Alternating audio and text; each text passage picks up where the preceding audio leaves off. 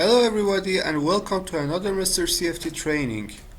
Today we are going to simulate an airflow adjacent to Ahmed Body.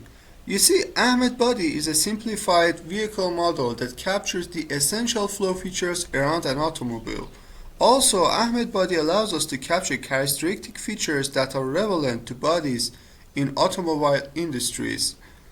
This model is also used to describe the turbulent flow field around the car-like geometry. So, when a numerical model is validated, we could use Ahmed Body to somehow add new features to our design. So, to test this model for ourselves, in this study, we're going to employ ANSYS Fluent software to calculate drag values of this Ahmed Body. And also, I must add two important issues before I go to modeling step and going through the results. Firstly, the Ahmed Body geometry is a turbulent benchmark. Same as lid-driven cavity and backward step, Ahmed Body is employed for cases where new turbulent models have been developed and its accuracy is under examination. For those cases, the experimental results of drag, flow separation, and angle of separation could be compared to the obtained results from the new model implemented inside the CFD code.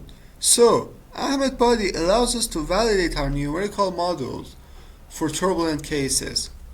Secondly, due to the simplicity of Ahmed Body, it could be easily employed for LES, DES simulations where high quality elements are required. Thus, Ahmed Body could inform us regarding the details of turbulence for automotive applications.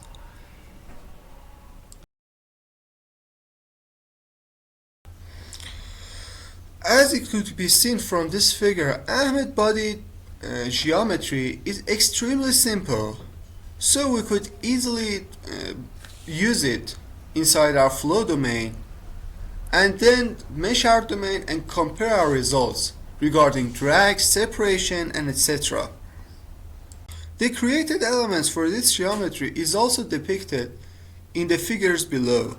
Same as many other aerodynamic simulations, our domain is comparably bigger than our geometry and comprises of an inlet, outlet, and symmetry walls that surrounds our geometry. The reason that we've used symmetry walls is not because there is a symmetrical pattern in our geometry, no. It's because the symmetric boundary condition implies zero gradient, and we really want zero gradients in our far-field boundaries, which is inflicted using symmetry boundary condition. Also, in this figure, the picture of discretized elements have been depicted. So as you could see, we are using finer elements wherever the curvature is higher, or we could observe proximity. Also, as you could see in this figure, we have used 15 boundary layers, prismatic boundary layers, in order to capture and resolve our boundary condition as accurate as possible.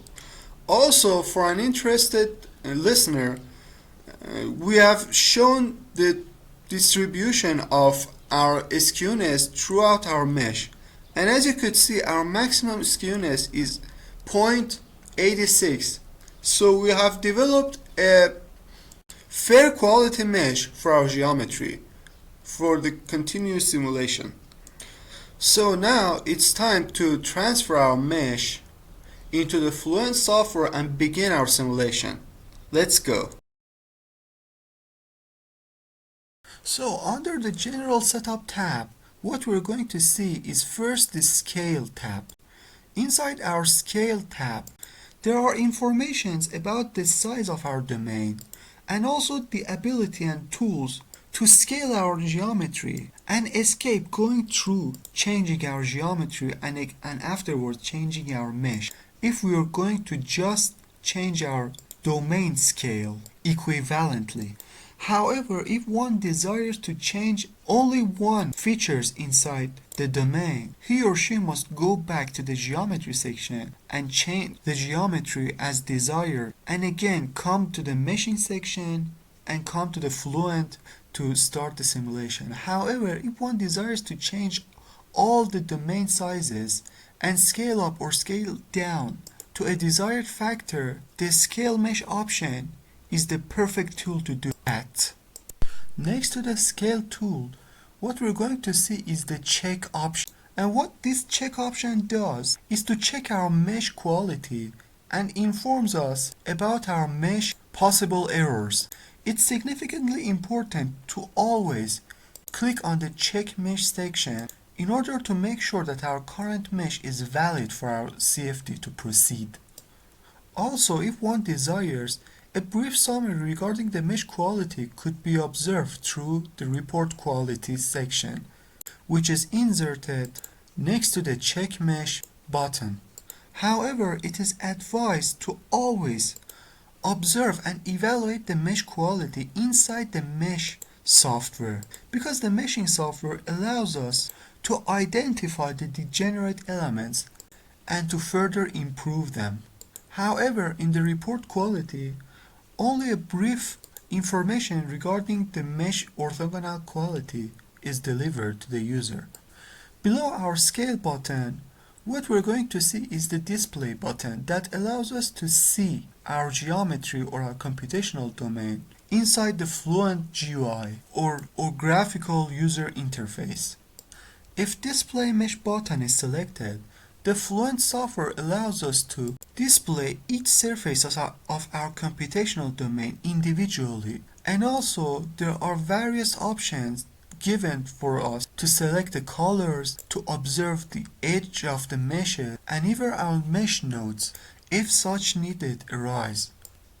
Also, important setups such as solver type must be selected in the General tab. While pressure-based solvers are usually employed for most CFD simulations, the density-based solvers could be selected if a compressible gas with a Mach number above 2 is the objective of the study. Also, the user must specify if the simulation is steady state or transient. Finally, it has been allowed to select the gravitational acceleration and specify both value and direction in the General tab for the user to complete. However, the user could change the gravitational acceleration in the Operation tab inside the Boundary Condition section.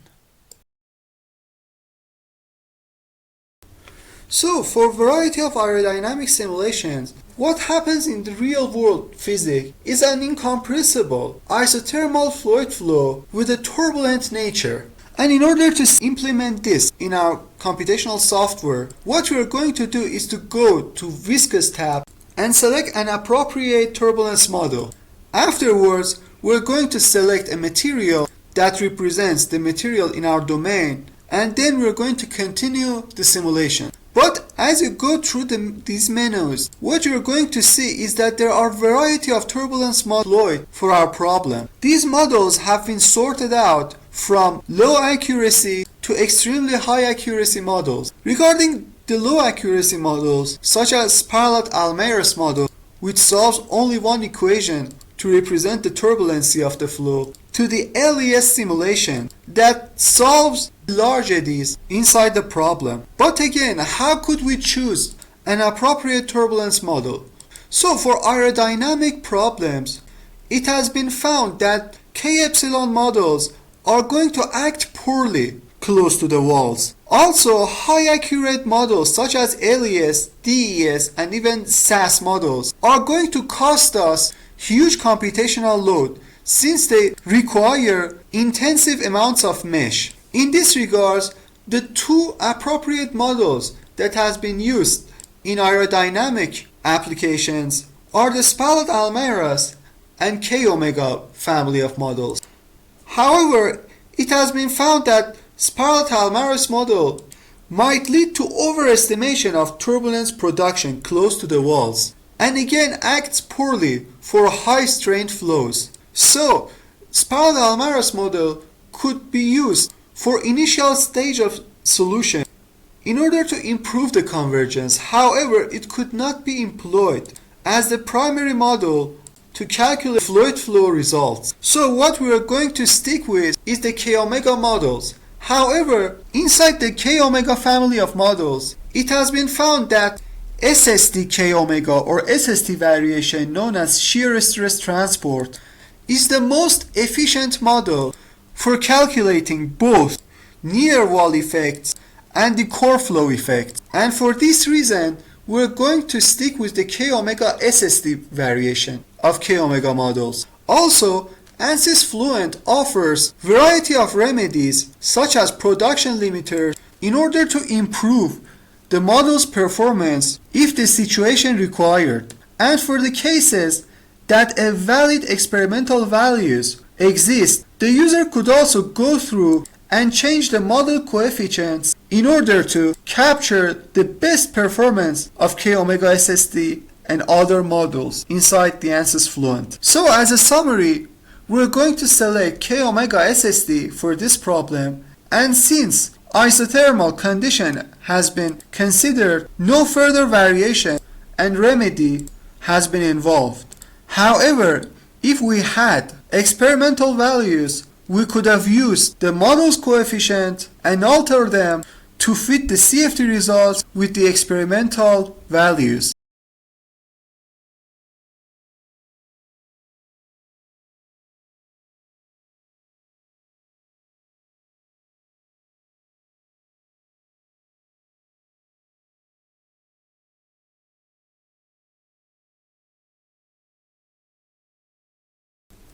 So after describing our physical model through the model tab, what we're going to do next is to select an appropriate material that could represent the physical material of the domain of interest. So in this problem, as we've discussed before, an isothermal incompressible fluid flow has been considered.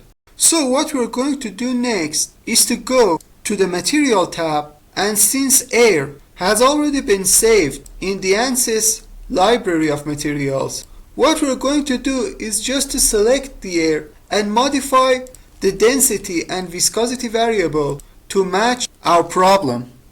It must be noted that if energy equation was considered, other parameters such as thermal conductivity and specific heat could have been modified inside this panel.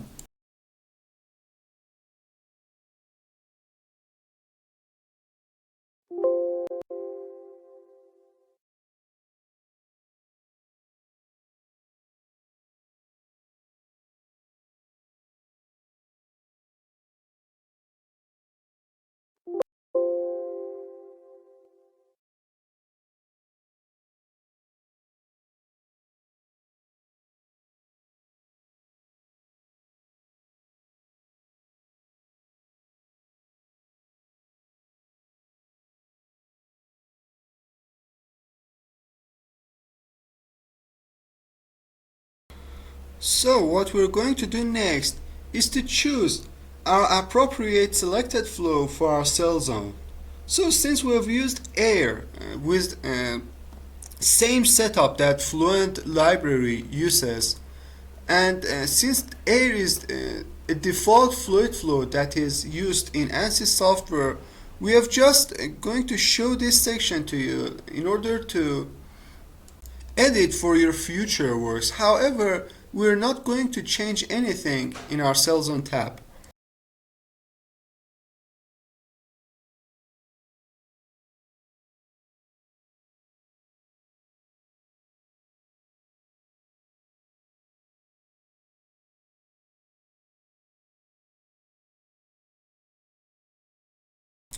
So now that we have dealt with our physical models, our material, and our cell zone condition, we can apply appropriate boundary conditions to imply our desired phenomena.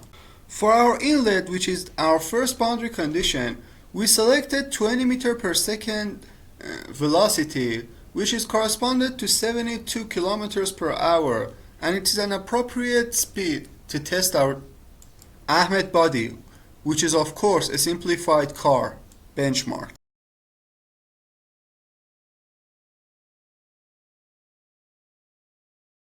For the outlet, we are going to choose the pressure outlet with zero gauge pressure, since in the outlet our domain would not gonna feel the variations that was close to our Ahmed body.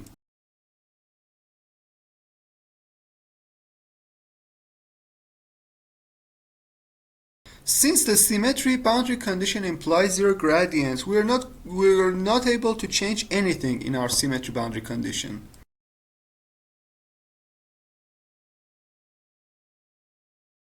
And for both of our walls, since we're going to use no slip boundary condition, we're not going to change anything for our wall setup too.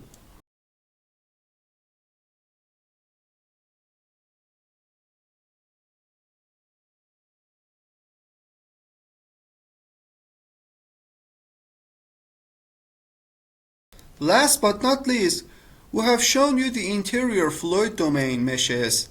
And again, we could not change anything for our interior zones. This was just about to show the interior meshes and the type of boundary condition which is interior that is set for our interior mesh faces.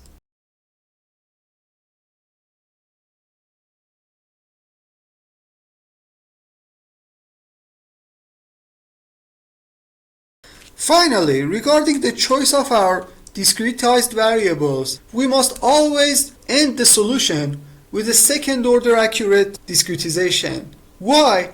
Because our equations themselves have been defined by second order derivatives. So a first order derivation and a first order approximation would lead to highly dispersed results. However, if we start our solution with a second order accuracy, we're going to confront numerical instability and convergence difficulties. So as a solution, it's better to start our simulation with a first order accurate discretization, and after partial convergence has been observed, we could go back and switch the discretizations to a second order accurate. Also, one can select both coupled procedures or segregated procedures for the pressure velocity treatment. But as a tip, user must always remember that coupled treatment of velocity and pressure would lead to better convergence. However, it significantly increases the solution time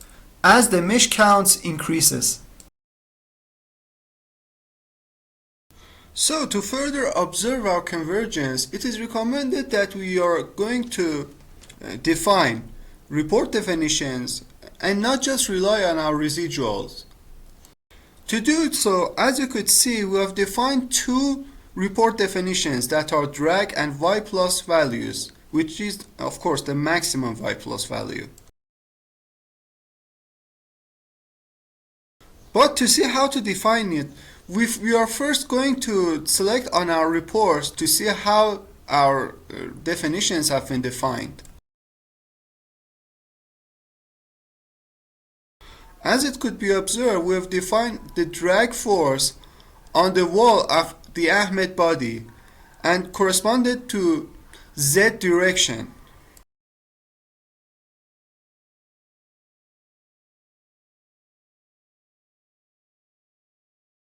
Also, we have defined the maximum y plus on both of our walls in order to observe the maximum y plus during our simulation.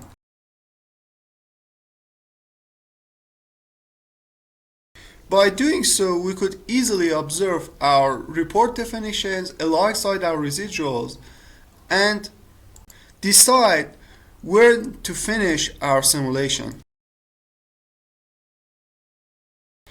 So, the final two steps that are remained are the solution initialization and run calculation tabs.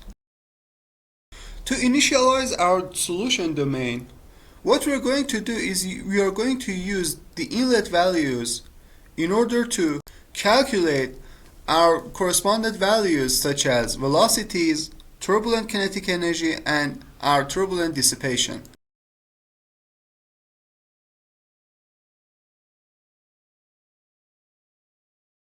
Then we switch to our calculation tab,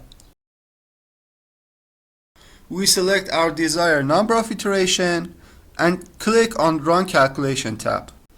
By doing so, our solution would be started and we could observe our residuals alongside our reported definitions. After we have dealt with the solution progress and achieved convergence, we can come to the results section and observe our obtained results. However, the first thing that we're going to do is to create a plane at the middle of our geometry so that we could observe the flow field at the middle of our computational domain.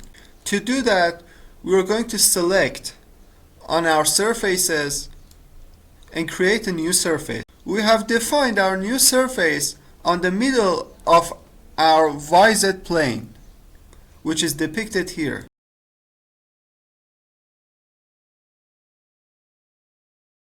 Then we have gone to the contour section and selected our pressure and velocity field and observe how they are varied at the middle of our computational domain.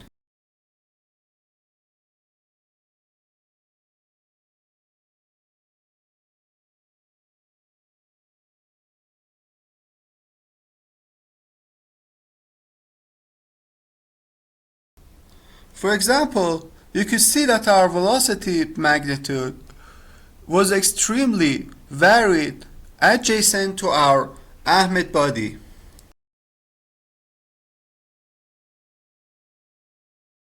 If I zoom in for more, you could see that our side part of our Ahmed body, the velocity was increased. However, at the middle section of our front face, the velocity was comparably reduced. Also, behind of our Ahmed body, as it could be observed, the velocity is somehow close to zero, and that is where our vortexes are started to create.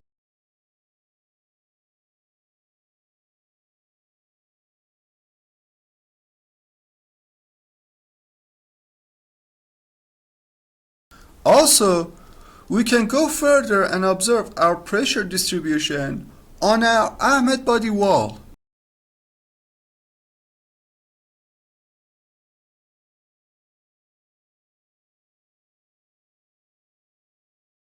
And as it is shown here, the maximum pressure is obtained at the middle of the front face, where our velocity was, of course, the minimum at its minimum.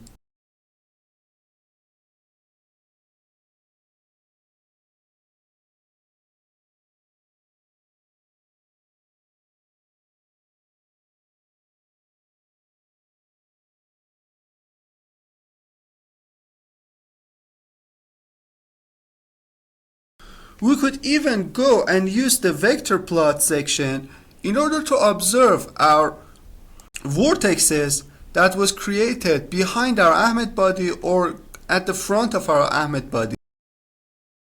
As you could see, these vortexes are extremely important on our fluid field characteristic and are observed through the vector analysis.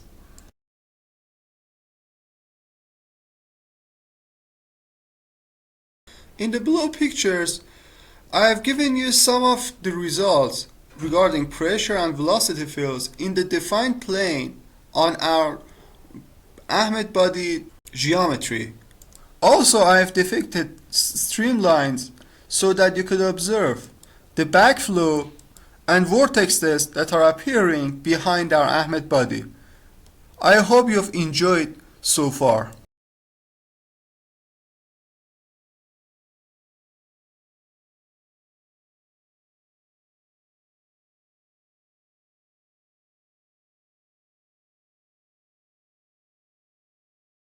So that's it. I hope that you've enjoyed this simulation and do these kinds of simulation for yourself and practice with ANSYS Fluent software. Thank you for your attention and goodbye. To benefit from Mr. CFD services such as training, consultation, or simulation, you can always come at info@mrcfd.com and contact our expert. Thank you and good luck.